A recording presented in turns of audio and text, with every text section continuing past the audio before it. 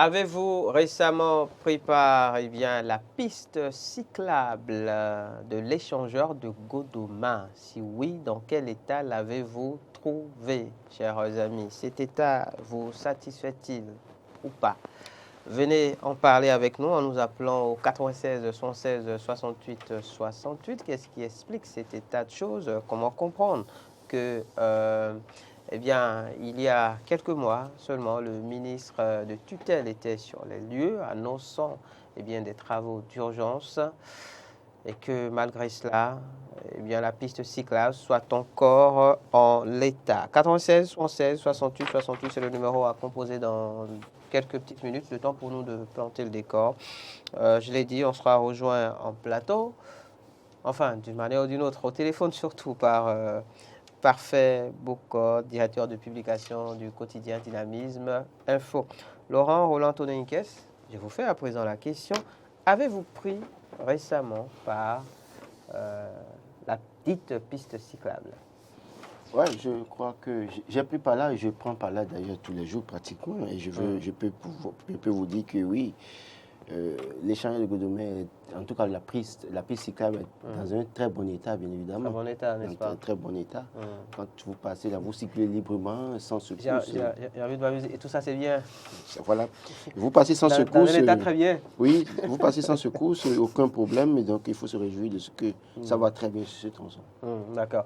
Le quotidien Dynamisme Info semble être d'un tout autre avis, Laurent Roland Toneninkes, puisque dans sa parution de ce matin, la réalisation nous suit justement et nous propose la dite une, on peut lire, réfection de la piste cyclable de l'échangeur de Godoma.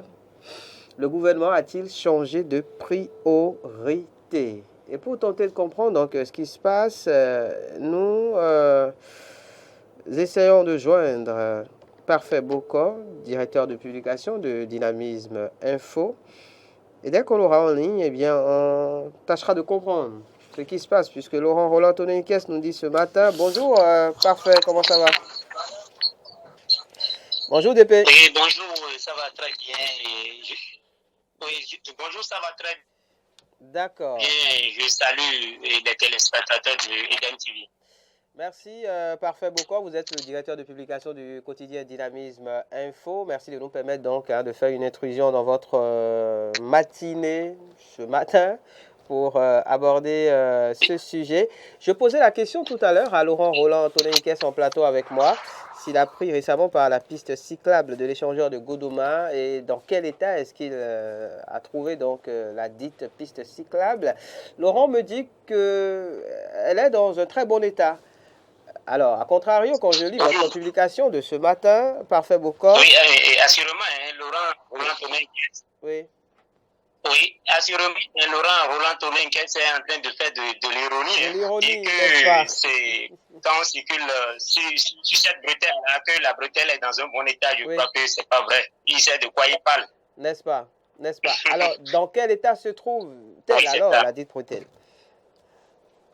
Oui, je peux dire que cette bretelle-là se trouve dans un état de dégradation très avancé. Okay. Très avancé. De dégradation très avancée là. Et en principe, les autorités devraient y penser depuis longtemps. Et ce qui n'est pas le cas, et cela ne fait qu'accroître le calvaire des usagers. D'accord. Quand on parle d'état justement de dégradation avancée, concrètement, qu'est-ce qu'on remarque? Qu'est-ce qu'on remarque au niveau de la bretelle, au niveau de la piste cyclable? Au niveau de la piste cyclable, là, on remarque que les pavés qui sont posés ne sont plus. On remarque que les pavés qui sont posés là ne sont plus en place. Les pavés qui sont posés ne sont plus en place. Si vous avez un peu zoomé la photo que nous avons prise pour illustrer notre manchette de ce jour-là, vous allez constater que à beaucoup d'endroits là, les pavés sont enlevés, les pavés ne sont plus en place là, et ça ne facilite pas quand même la mobilité pour les motocyclistes. Et donc ça occasionne des accidents. Et pratiquement quand vous passez par là, vous devez vous rendre aux soins. Sinon, la voie est dans un état très dégradé, il faut y penser. Carrément. Donc, après avoir emprunté la dite piste cyclable, il faut se rendre aux soins pour traiter quoi? Des maux de dos, peut-être, c'est ça? Allô? Oui, il faut se rendre aux soins pour traiter des maux de dos, peut-être, c'est ça, à cause justement des dos d'âne qui s'y sont installés? Oui, à cause des dos d'âne. À cause des dos d'âne, surtout, lorsque vous n'avez pas la chance d'avoir une grosse moto aussi là, et il faut se rendre chez le mécanicien pour faire une révision rapide de votre moyen de déplacement. C'est cela. N'est-ce pas? Alors, d'où la question que vous vous posez ce matin, le gouvernement a-t-il changé de priorité? Je rappelle justement qu'il y a quelques mois, je pense le 10 juin justement, le ministre de tutelle était sur les lieux annonçant une action urgente. Oui, justement, nous avons tous suivi cette descente du ministre des infrastructures et des transports. Et je dois rappeler que c'est suite au cri de cœur des usagers de la route. Et cela remonte même à 2 ans. Cela remonte même à 2 ans, sinon à plus de 2 ans. Plus de 2 ans. Et la descente du ministre des infrastructures et des transports sonnait comme une lueur d'espoir pour les usagers de la route.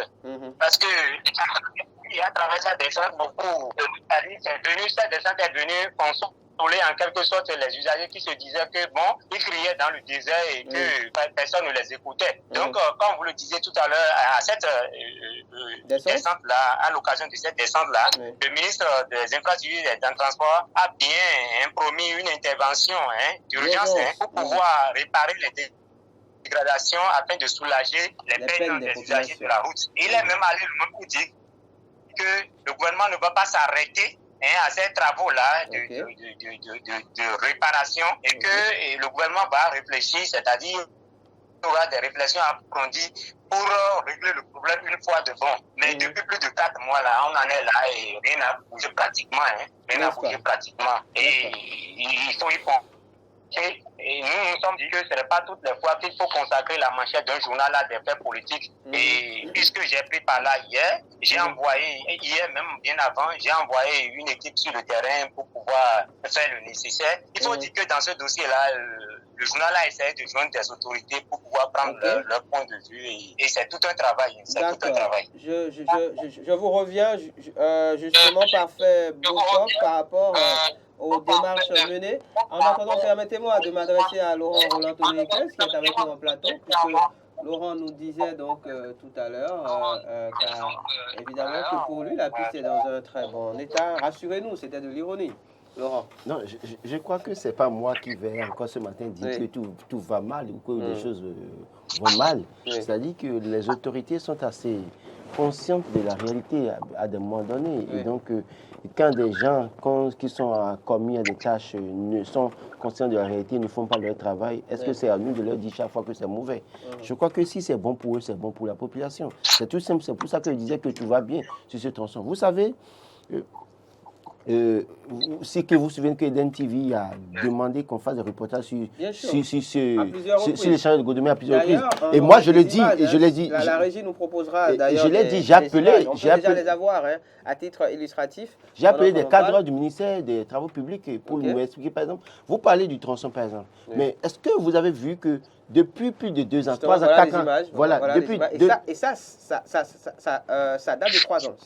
Voilà. Les images qu'on voit datent de 3 ans. Et d'ailleurs, même ce pourquoi il y a 3 ans. Ça, c'est même ça date de 3 ans. Et ça c'est complètement dégradé actuellement. Bien sûr. Maintenant, en dehors de ça, les piliers qui soutiennent l'échangeur, autour des piliers, des trous ont été creusés. Il y a de l'eau qui stagne là depuis des années. Mais malheureusement, qu'est-ce qu'on constate? On constate que personne ne parle, personne ne vient nous justifier pourquoi c'est comme ça. Le fait que les piliers baignent dans de l'eau constamment, est-ce que ça permet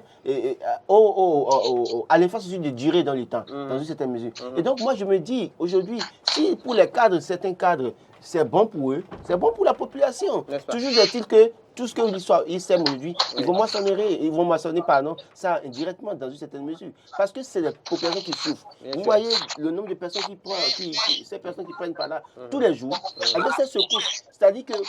On se rend malade. Sur ce petit tronçon, il y a tellement de secousses que vous posez la question de savoir, mais finalement, est-ce que les autorités n'ont pas les yeux pour voir? Est-ce que les cadres du ministère... Est-ce qu'elles ne prennent pas par là? Est-ce qu'au moins leurs proches ne prennent pas par là? Les cadres des ministères qui prennent par là à moto, là, au moins, ils peuvent aller voir leur directeur, leur responsable pour dire quand même. Et s'ils l'ont fait, que les responsables... La plupart des cadres ont des véhicules. Bon. Non, mais il y en a qui ont encore... Il y a des cadres de... Oui, ok, d'accord. Mais qui ne prennent pas là. Donc, je crois que c'est un problème. Ça ne sert à rien de faire souffrir les populations dans le temps. Ce n'est pas bien. Je crois qu'il ferait mieux d'agir au plus vite. Ça fait plusieurs années qu'on soulève ce problème. Ça fait plusieurs années que j'ai appelé ce cadre du ministère, je ne vais pas citer son nom ce matin, mais je l'ai appelé au moins 3 fois. Quand tu l'appelles, tu lui dis, il te dit c'est pourquoi tu lui dis, il dit je te rappelle. Mais tu appelles après, il ne prend jamais. D'accord. Parfait Boko nous disait justement qu'il a mené aussi des démarches en la matière. Parfait Boko, je le rappelle, hein, directeur de publication du quotidien Dynamisme Info. Parfait. Alors, parlez-nous justement de ces démarches menées.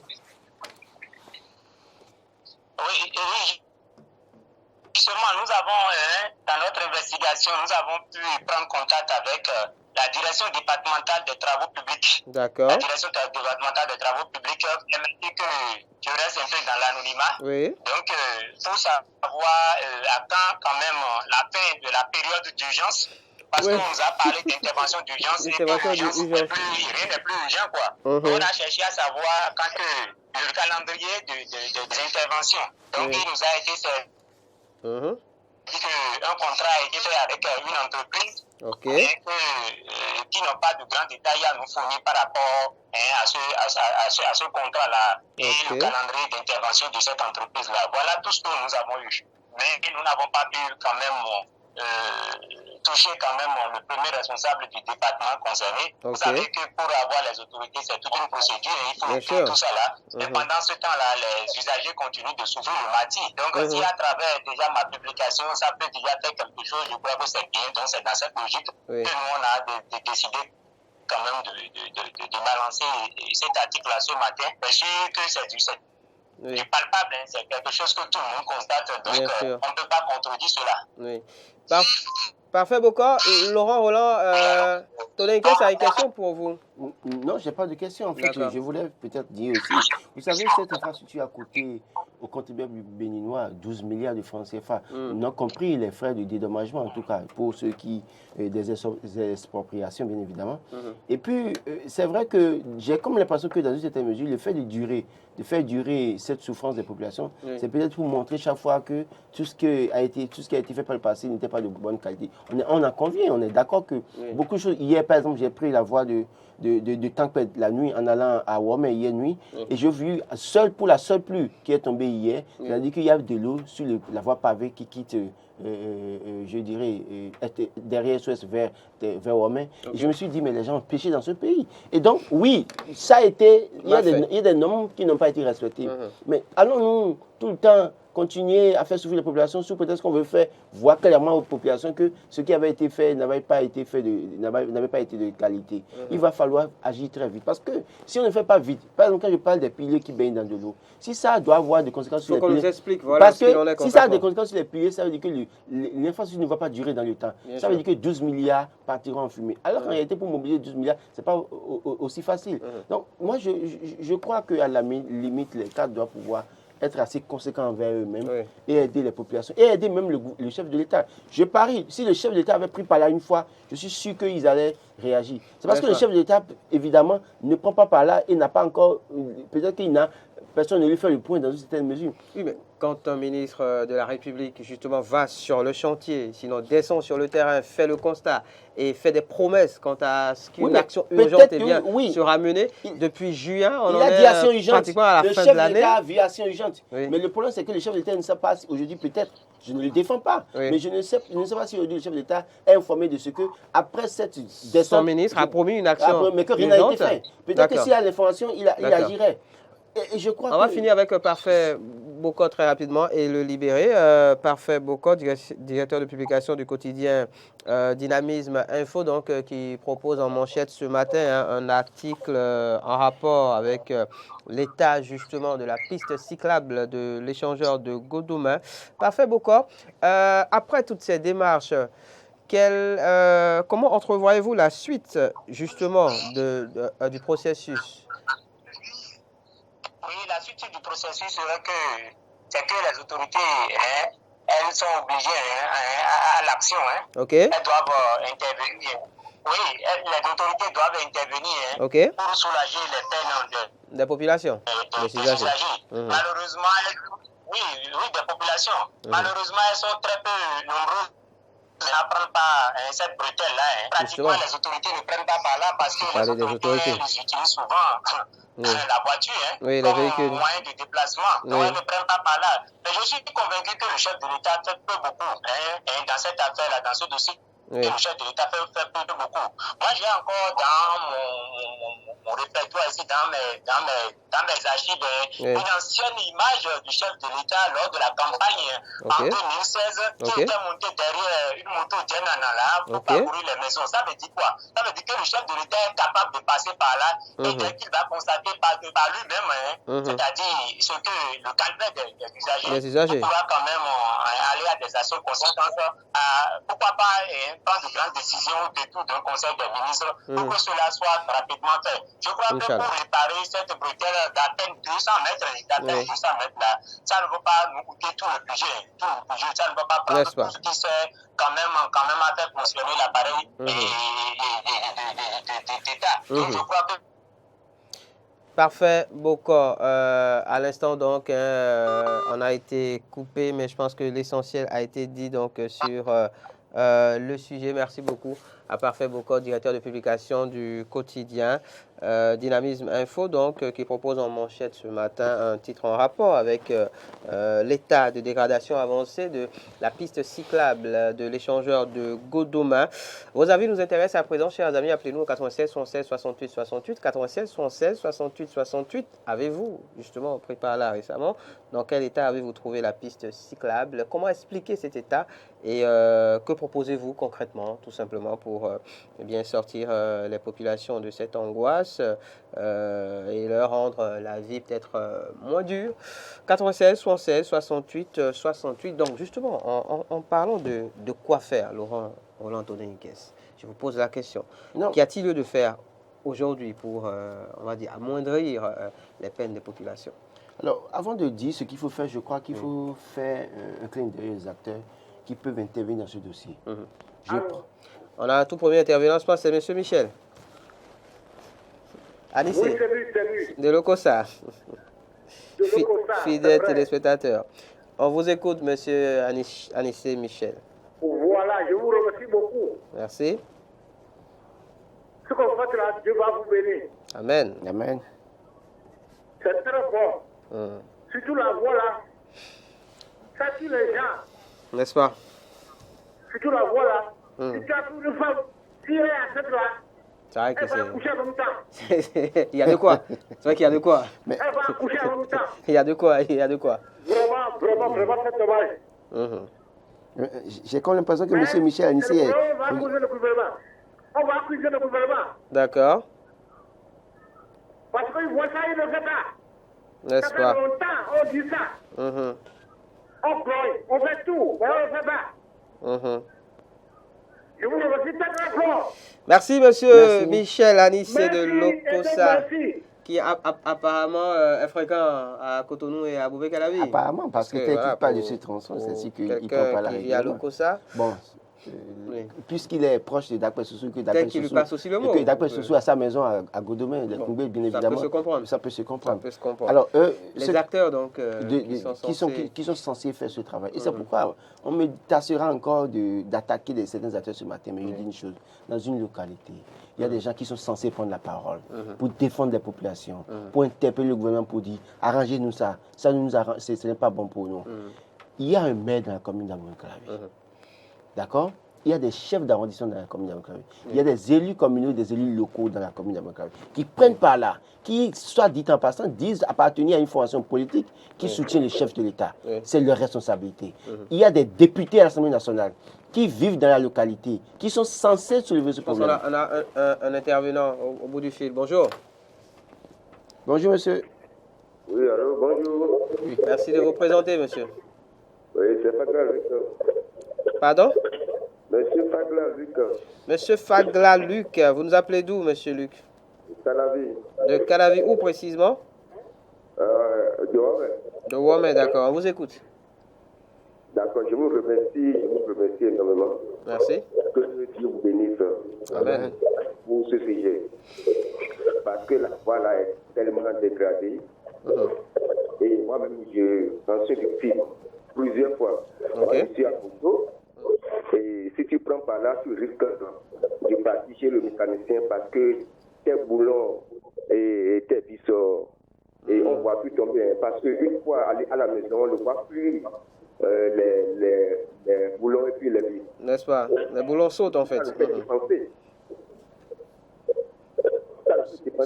Sans parler des plastiques qui peuvent se casser aussi au niveau des motos du Dialano, par exemple. Et puis tu prends ton argent et puis tu dépenses encore. Bien sûr, bien sûr. Et encore, je demande à l'État de voir même le carrefour Togudo. Si tu peux pendant 5 minutes, si tu ne prends pas que le carrefour Togudo là. Oui. Si tu ne sais pas faire,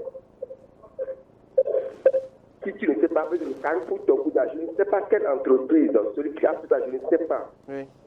Je demande à l'État de bien vouloir encore regarder, de refaire encore la voie là. Dans le carrefour Togudo. Les papiers qui sont enlevés. Et puis il y a encore de refaire, de faire une bonne chose. D'accord. Merci beaucoup, monsieur Fagla. Même si tu as un problème, même si pour aller à la station pour prendre du cadre, tu ne peux pas partir. S'il pleut, tu ne peux pas mettre quelqu'un derrière ta voiture prendre par là. Vous parlez du carrefour Togudo, c'est ça, hein? Carrefour Togudo. Si tu quittes carrefour Togudo pour aller à Omé, tu ne peux pas. D'accord. Merci, monsieur Fagla.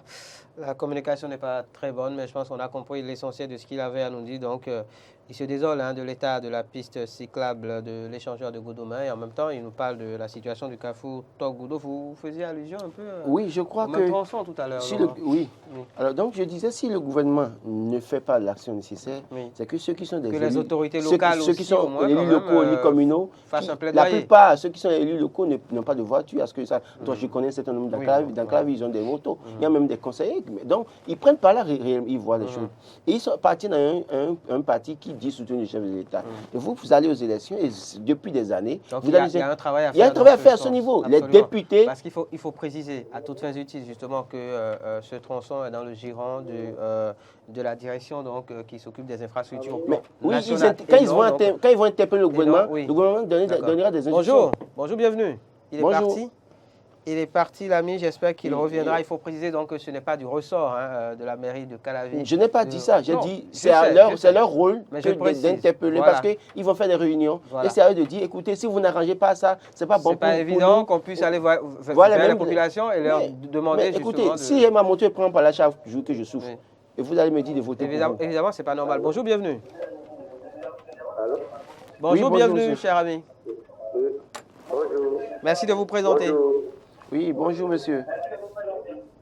C'est monsieur Adjovi, Videga Abdias. Monsieur Adjovi. Videga Abdias, c'est ça? Oui. Vous appelez d'où? J'appelle de Maria Guetta. D'accord, on vous écoute. Concernant cette piste club de l'échangeur Godomé, je suis la première personne à parler de ça. Ok. Lors de ces premiers jours de livraison. D'accord. C'était Canal Plus qui avait fait l'interview à ce milieu. D'accord. Canal Plus ou Canal 3. Depuis ce jour, il essaie de marcher. Oh là là, il est Oui, parti. il faut que quand ils appellent, ils diminuent Un le souci volume. avec sa ligne, Non, oui, mais en fait- en même temps, voilà, diminuer le volume de vos postes téléviseurs quand vous nous appelez, ça nous permet de mieux nous entendre et d'éviter donc ce genre de, disons, dysfonctionnement. C'est le 96 76 68 68. On est parti dans 2-3 minutes, donc je pense qu'on a encore le temps de recevoir peut-être un tout dernier intervenant au téléphone. Donc oui, le plaidoyer sera donc apporté au niveau des autorités nationales, pas justement celles locales.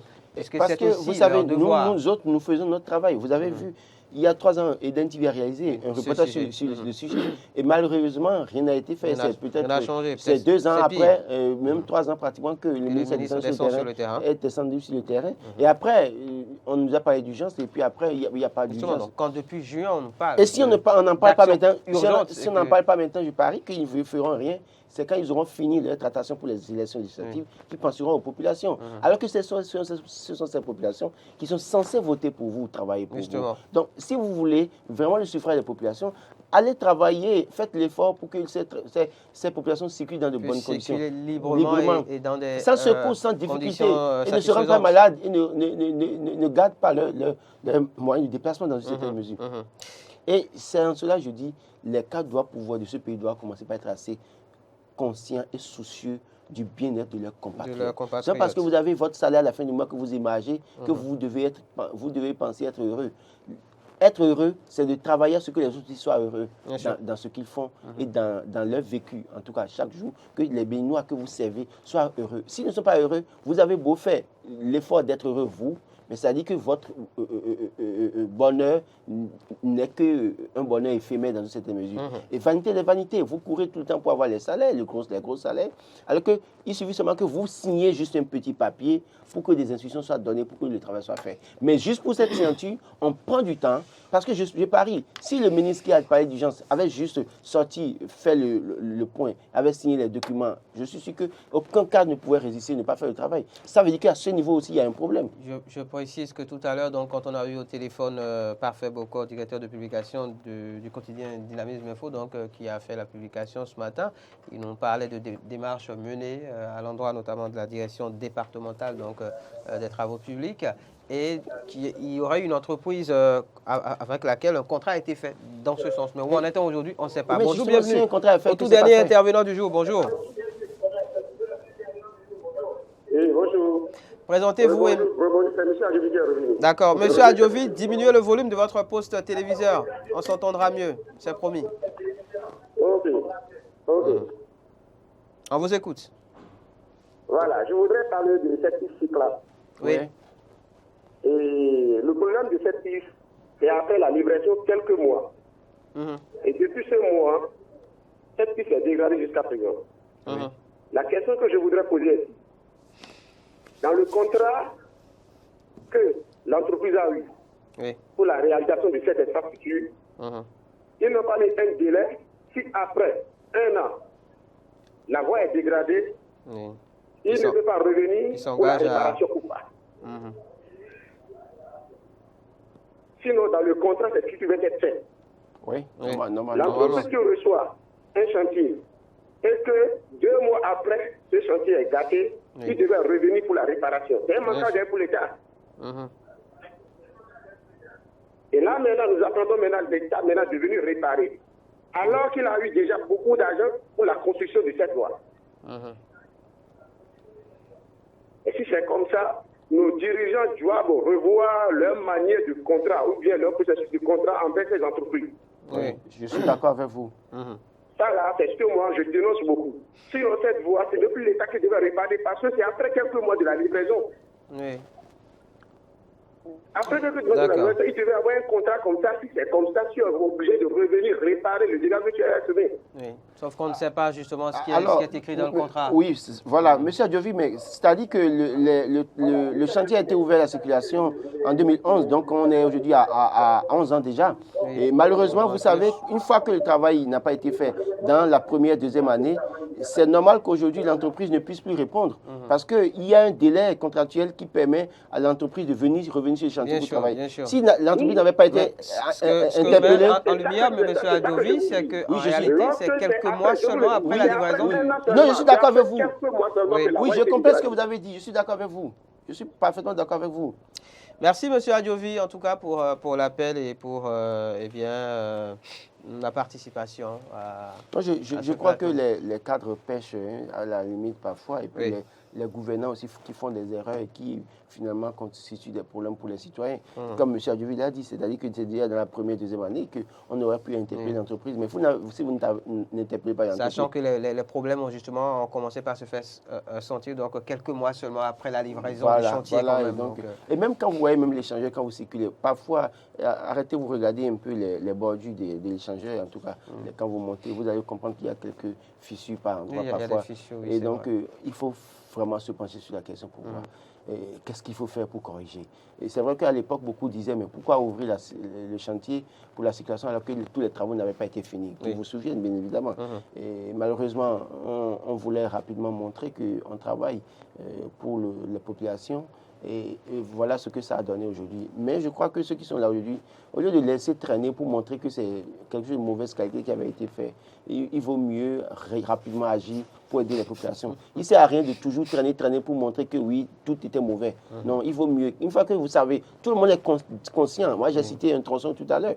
Tout le monde est conscient que si les tronçons, les choses ont été faites, ont été de mauvaise qualité, on est conscient. Il faut travailler à corriger le plus tôt, plutôt que de laisser dégrader pour qu'on reprenne. On nous explique aussi pourquoi pas, donc au niveau du ministère de tutelle, ce qu'on met dans action urgente, parce que quand on parle d'action urgente depuis juin et que nous sommes. Qu'on dise là où il y a de l'eau autour des piliers là. Jusqu'à présent, ça. Oui, là où il y a de l'eau autour des piliers, pourquoi on a creusé, aussi, voilà, pourquoi on a creusé ça? Est-ce que ça n'aura pas de conséquences sur l'infrastructure à long terme?